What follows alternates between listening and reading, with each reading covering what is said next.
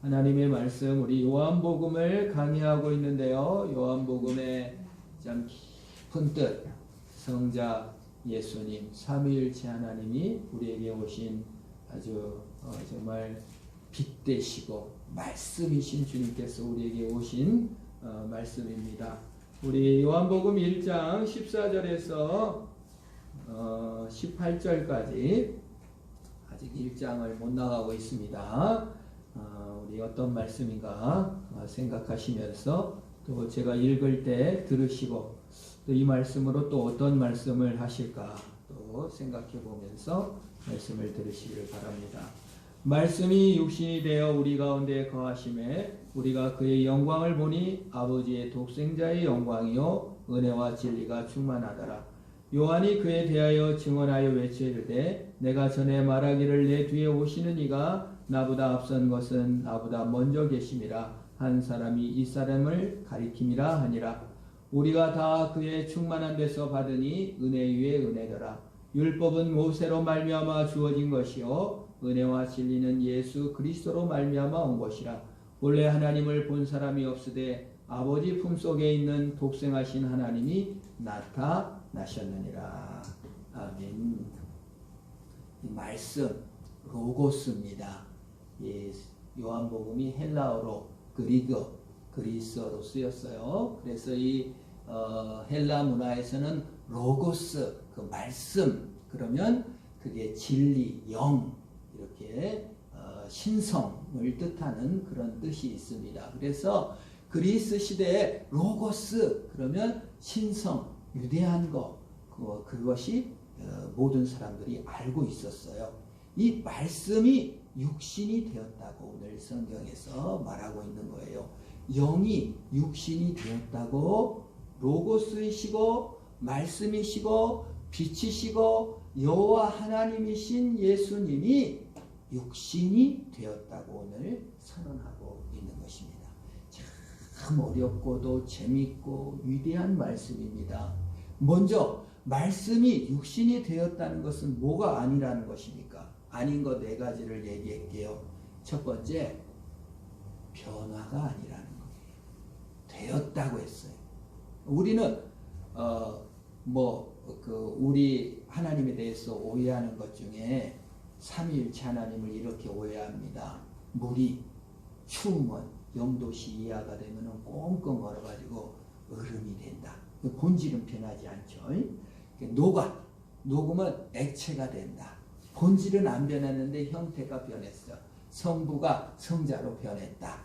그리고 이렇게 불을 막 떼. 그러면 물이 팔팔팔팔 끓여서 수증기가 돼. 본질은 안 변했는데 이렇게 성자가 성령으로 변했다. 이렇게 가르친 적이 있었습니다. 이걸 양태론이라는데 이건 아니에요. 변한 게 아니에요. 예수님은 오늘 성경에 변했다고 했습니까? 되었다고 했습니까? 된 거예요. 변화가 아니에요.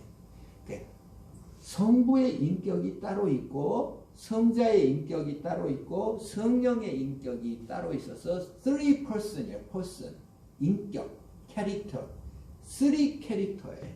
그냥 각자 독립적으로 있는 것이에요. 근데 예수 그리스도가 여호와 하나님이 그냥 육신이 된 거지 육신으로 변화된 게 아닙니다.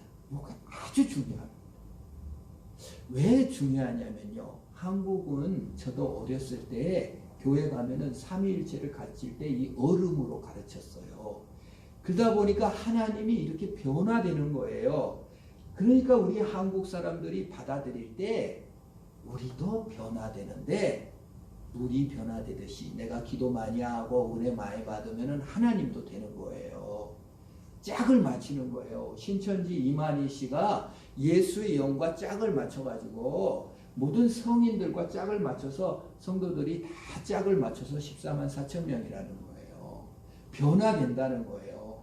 그러니까 이게 한국에 하나님이라고 주장한 사람이 50명이고 예수라고 주장한 사람이 47명이라는데 신학의 부재예요.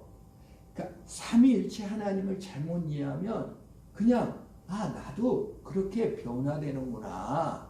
나도 기도 많이 하고 나도 영을 받으면 이렇게 되는구나라고 착각한다 그 말이에요. 성경을 잘 보셔야 됩니다. 그래서 육신이 되었다고 했어요. 우리 찬송가 중에도 육신을 입었다는 표현은 성경에 있다 없다? 없습니다. 찬송가면 입었다고 하는 거예요. 입은 게 아니에요. 되신 거예요. 알았죠? 귀신의 영을 덮어 쓴 게 아니에요. 예수께서 예수라는 인간이 열심히 해가지고 귀신의 영을 받아가지고 하나님이 된 게 아니고, 노력해서 하나님이 된 게 아니고, 여호와 하나님이 그냥 육신이 되었다는 것을 믿으시기를 바랍니다. 성경을 잘 알으면 이단이 될 수가 없는 거예요. 왜냐하면 육신이 됐다고 했지, 육신으로 변화된다는 게 아니라는 것입니다. 두 번째 아닌 건 뭐예요? 진화나 퇴보가 아니다 그 말이에요. 우리는 인간은 진화되거나 퇴보된 것으로 생각해요. 그래서 여러분 그 슈바이처 박사님, 그 음악 박사, 그 다음에 의학 박사, 신학 박사 세 개를 박사가 땄어요. 근데 그 슈바이처가 쓴 신학 박사 그 책을 제가 읽어보니까 예수님이 진화됐다는 거예요. 예수님이 그냥 막 이 사회를 변화하려고 애를 쓰다가 혁명을 일으키려고 애를 쓰다가 안 되니까 그냥 자신을 던져가지고 십자가에 못을 박아서 그냥 하나님으로 이렇게 진화됐다는 시기로 논문을 썼는데, 그게 어떻게 박사 통과가 돼가지고 인류애를 실천은 했지만, 슈바이처는 예수 그리스도가 사람에서 점점 성숙해서 진화됐다는 거예요. 여러분, 성경은 예수는 처음부터 하나님이셨고 사람이 됐다고 했지 진화된 것이다 아니다. 진화된 게 아닙니다. 요거 잃어버리면요, 우리가 항상 진화라는 것은 더 많은 진화된 자와 덜 진화된 자가 있어요. 그래서 우리가 신앙생활 할 때 이 개념을 진화된 게 아니고 그냥 하나님의 자녀가 된 거고 천국의 시민이 된 것입니다. 근데 여기에 진화됐다는 개념, 세상적 개념이 우리 안에 들어와서 성경을 잘못 이해하니까 더 많이 깨달으면 더 훌륭한 성도, 불교에서 이렇게 중생들이 돌을 닦으면 처음에 보살이 됩니다. 여러분 시주하고 절에 자주 찾아가면 보살님 불러줘요. 근데 이 보살께서 득도를 하면 뭐가 돼요? 부처라고 불러주는 겁니다. 이게 계급인 거예요. 그러니까 우리가 예수 그리스도께서 육신이 되신 것처럼 예수 그리스도께서 우리를 사랑하셔서 그냥 하나님의 자녀를 삼아 주셨는데, 거기다가 우리의 깨달음을 보태서 진화됐다는 개념을 사용하니까 계급이 지어지고 불평등이 온다 그 말이에요. 유교도 그렇습니다. 유교라는 것이 무엇입니까? 계급이죠. 우리 가문을 위해서 판사가 되고 과거 급제해서 우리 가문을 빛낸다. 좋은 말입니다. 금유환영해야 됩니다. 그런데 과거 급제 못한 사람과 한 사람 더 높은 계급이 올라간 사람 따라 다 대접이 틀리더라 그 말입니다. 제가 순창에 향교를 방문했는데 우리 아버지가 향교 회원이에요. 그래서 왜 향교 회원이 누구에게 주어집니까? 그랬더니 법칙적으로 그 진사 이상 과거 진사 이상 본 사람, 합격한 사람 자녀만 향교 회원이라는 거예요. 그래서 가라로 들어온 사람이 있다는 거예요. 속여갖고. 그게 계급입니다. 무서운 겁니다. 과거를 안 본 사람, 진사 합격을 못한 사람은 그 향교의 기준에 들어갈 수가 없는 거예요. 계급화된 거예요. 이게 진화의 개념을 우리는 항상 기독교인이면서도 유교적, 불교적, 그리고 자기가 쌓아놓은 진화적 개념으로서 삼위일체 하나님을 이해하고, 우리의 삶에 대해서도 하나님이 그냥 사랑하셔서 자녀 삼아 주셨다고 하는데, 그냥 나를 자녀 되게 하셨다는데도 불구하고 더 나은 자녀, 더 못한 자녀 계급을 나누고, 이게 삼위일체 예수 그리스도가 육신이 되셨다는 것에 대한 몰리에로 많이 나옵니다. 아까 세 번째 덮어쓰고 입었다, 벗었다 하는 게 아니죠.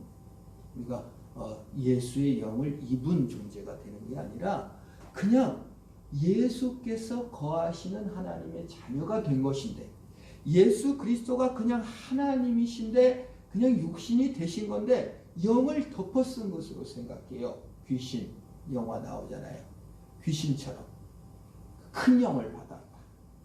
무당 신이 내린 것처럼 그리스도를 잘못 이해하지 마시기를 축원합니다.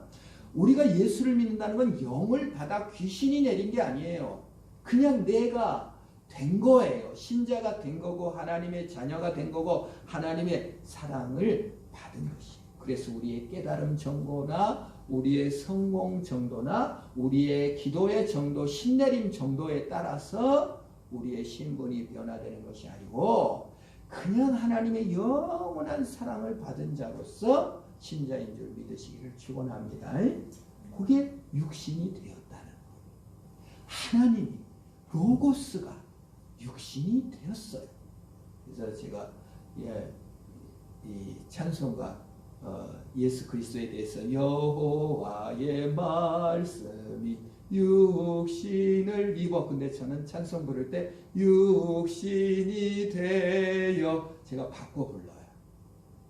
입은 게 아니에요. 그냥 되신 거예요. 그냥 사람이신 거예요. 여러분, 존재적인 정체성을 확인해야 신앙생활이 견고해집니다. 진화론적으로 변화론적으로 우리를 늘 이해하면 우리의 삶이 너무 피곤해요. 계급화되기 때문에요. 더 변화돼. 신천지 교도들이 왜 이렇게 열심을 합니까? 점수 따려고. 더 변화돼야 되니까 계급이 되잖아요. 우리의 구원은 계급이 아닙니다. 주님이 사랑해 주셨어요. 그걸 예수님에 대한 정체성인 줄 믿으시기를 바랍니다.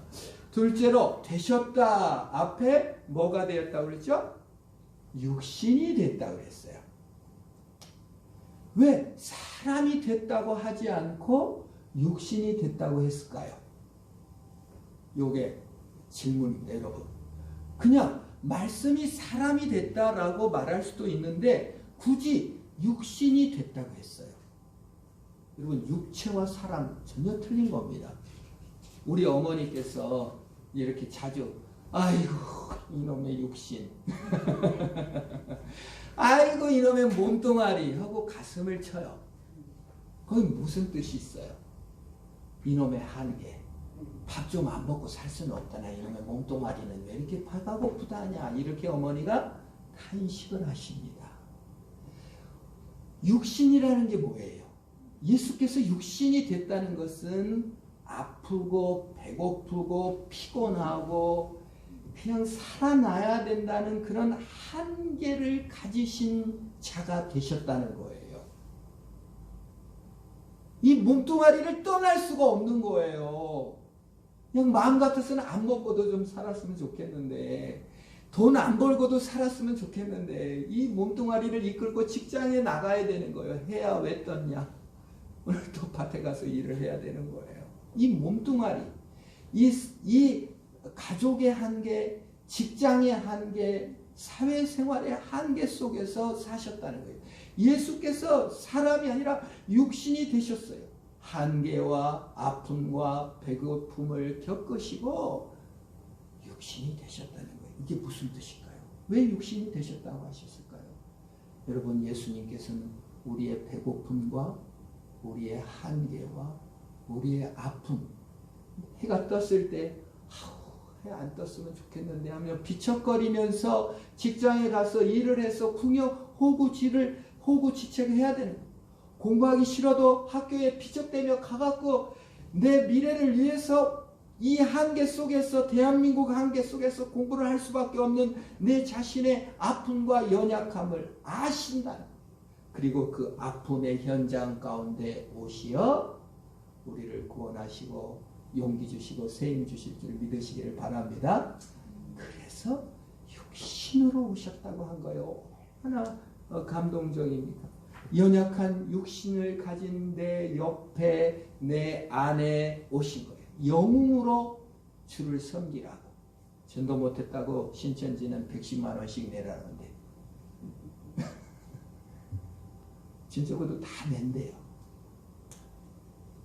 예수를 영웅으로 섬기라고 우리를 부르신 것이 아니라 육신의 연약함을 안고 실패와 좌절을 하는 우리 연약한 육체 옆에 오신 예수님, 육신으로 오신 예수님인 줄 믿으시기를 바랍니다. 얼마나 좋으신 분이에요. 목숨을 바쳐 예수를 위해 목숨을 바치라고 한 게 아니라 예수께서 나를 위해 목숨을 바쳐주신 거예요. 그래서 구약 성경의 모든 인물들이 연약한 인물, 연약을 우리를 짊어지신 예수님을 말해주신 거예요. 여러분, 요셉은 야곱의 12아들 중에 11번째 아들이었습니다. 그런데 형제들의 미움과 시기와 비교를 당해 핍박을 받아 죽도록 맞고 노예로 팔려갔습니다. 그러나 요셉은 그 연약한 형제들 옆에 계속 있으면서 그 시기심과 그 비교와 미움 가운데 있는 형제들을 용서하고 안아주셨습니다. 우리 예수님은 누구예요? 요셉보다 나으신 예수님. 우리는 시기와 비교와 심지어 우리의 친척들과 나를 이렇게 미워하고 상처 주고 이러한 자들을 예수님은 우리의 형제가 되셔서 우리를 안아주신 육체로 오신 예수님이신 줄 믿으시기를 바랍니다. 우리의 고난과 아픔과 상처를 다 겪으시면서도 우리의 비교와 시기와 부정과 또 그냥 속이는, 아버지를 속이는 그런 연약한 우리를 넓은 가슴으로 안아준 요셉보다 더 크신 예수님께서 육체로 오셔서 우리의 친구로 형제로 안아주시는 줄 믿으시기를 바랍니다. 그런 관점이 성경에 육신이라는 표현 속에 있는 거예요.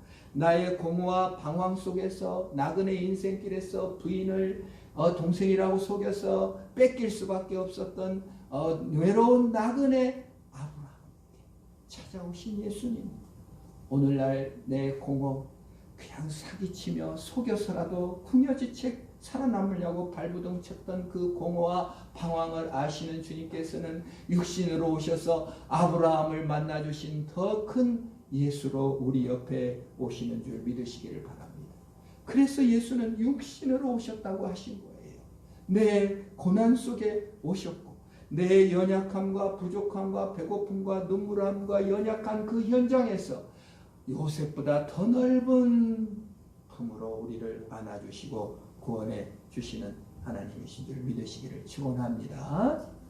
그래서 육신으로 오셨다는 거예요. 얼마나 영광스러운 말인지 몰라요. 그런데 그 육신으로 오신 예수님이 우리 가운데 거하시네 그랬다고 했어요. 뭐예요? 사신. 육신이 되신 하나님 예수님은 뭐하러 오셨다? 살로 오셨습니다. 뭐하러 오셨다고요? 살로 오셨어요. 적선하러 온 게 아니에요. 여러분, 거지가 또는 장님이 우리 서울서 안 살아봐서 잘 모르는데 그냥 진짜인지 가짜인지 모르는데 얼마나 많이 못나는지 몰라요. 눈을 감고 막 이렇게 하고 다니면은 양심이 얼마나. 그래서 동전을 찾아서 500원짜리 1000원짜리 근데 제가 한참 쳐다보니까 지폐는 어떻게 하는지 반드시 집어넣고 동전만 놔두라고. 지폐를 놓으면 집어넣고 한참 관찰했더니 지폐 놔두면 누가 안 주는 거예요. 그래 한 푼 줌으로써 나는 위로받고 전철을 내려서 하루 난 너에게 적선했지, 나는 그래도 적선한 자야 하고 하루 기분 좋게 사는 겁니다. 그런데요, 예수님은 육신이 되셨는데 그렇게 적선하고 능력 베풀고 그러려고 오신 게 아니고 거하시려 같이 살아 오셨다. 예수님은 우리 안에 같이 살러 오셨는데 그것이 아버지의 영광이요 은혜와 진리가 충만한 거다.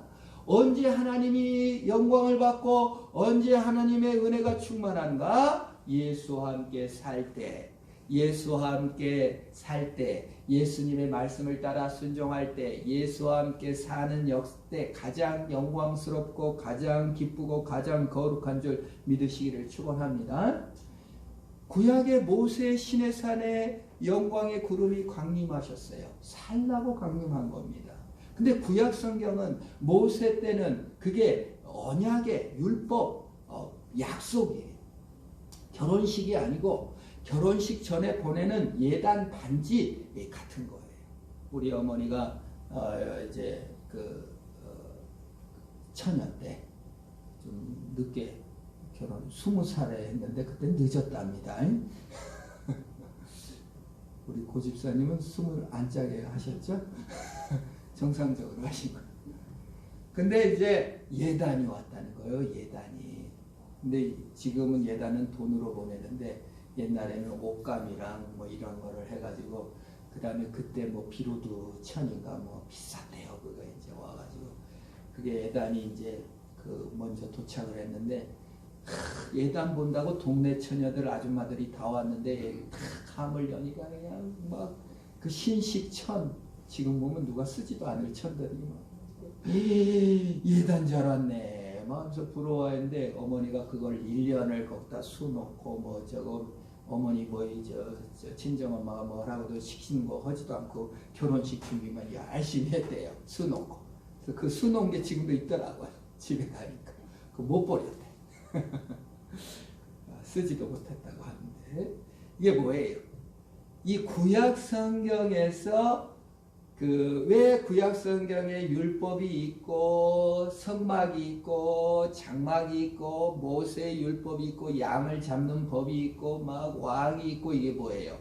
예수 그리스도께서 오시고 예수 그리스도께서 영원히 너희들 가운데 살 건데 먼저 구약 성경보다 예단 보낸 거예요. 반지 보낸 거예요. 야 예단 보고 내가 이제 곧 올 거니까 이제 잘 준비하고 있어라 해서 구약 성경이 있는 겁니다.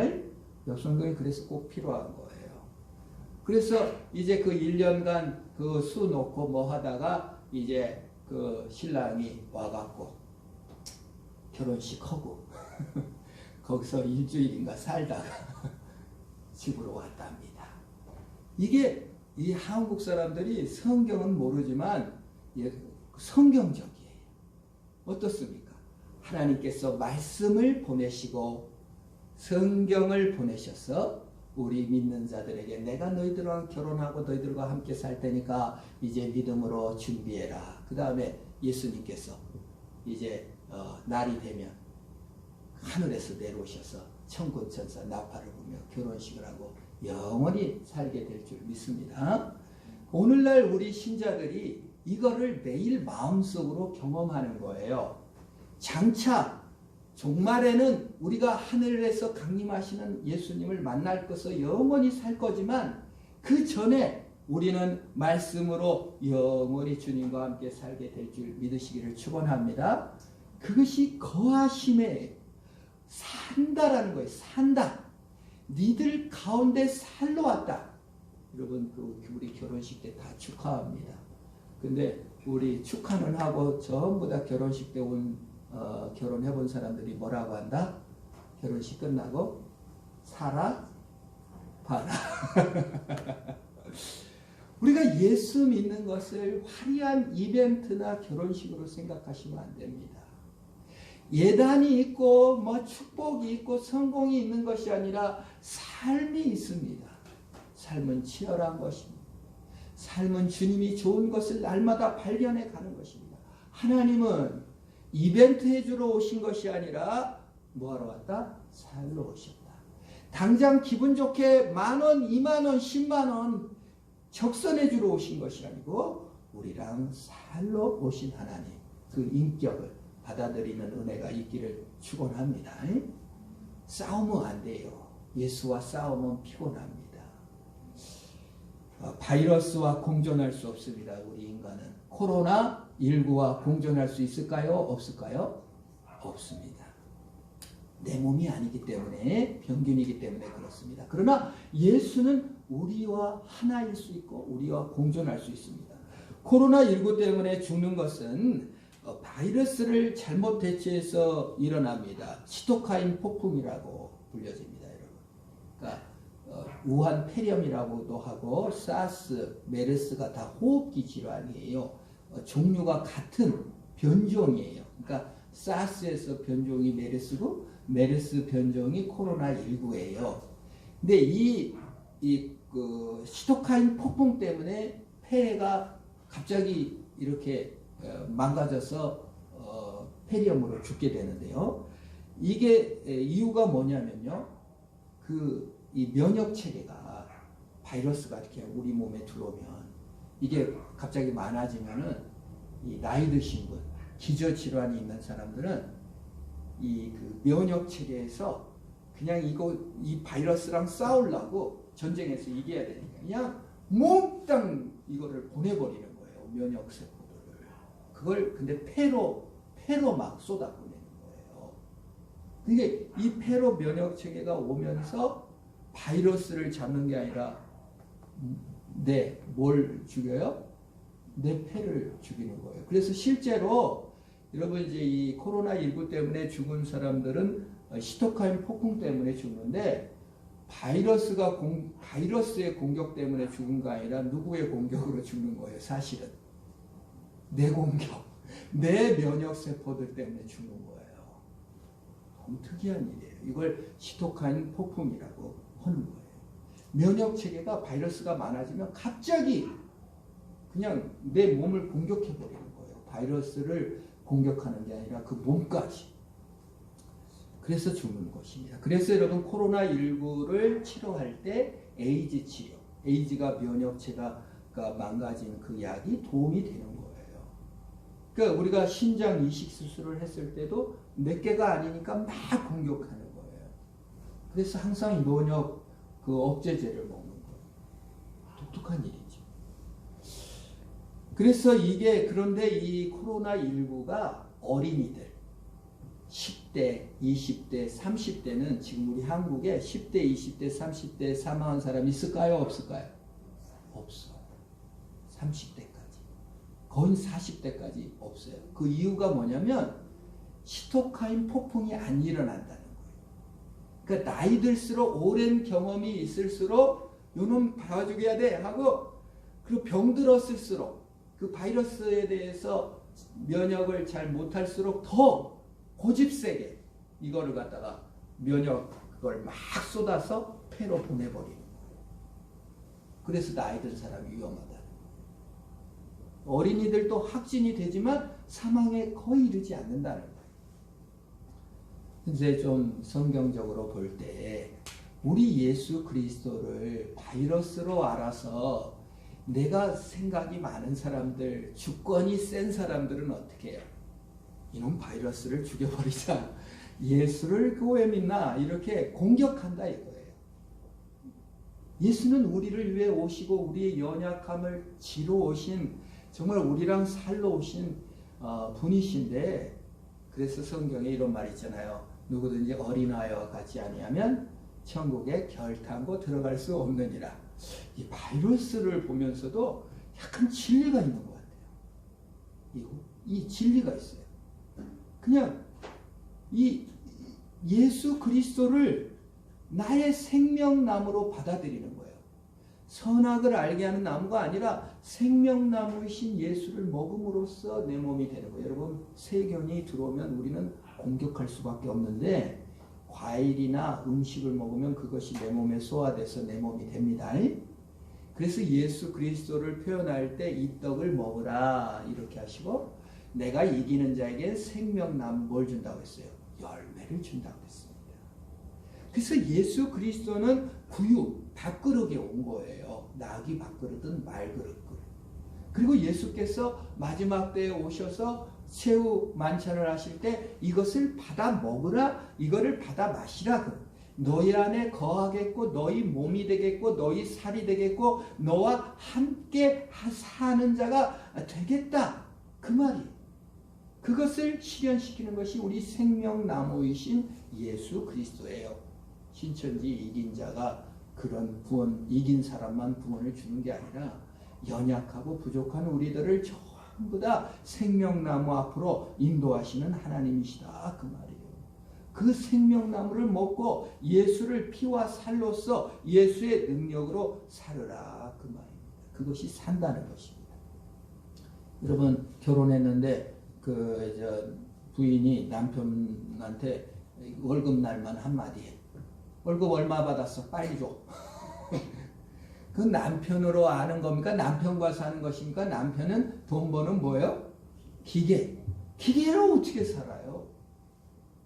그건 사는 게 아니죠. 우리 하나님과 살아. 하나님 왜 돈 안 줘요? 이건 사는 게 아닙니다, 여러분.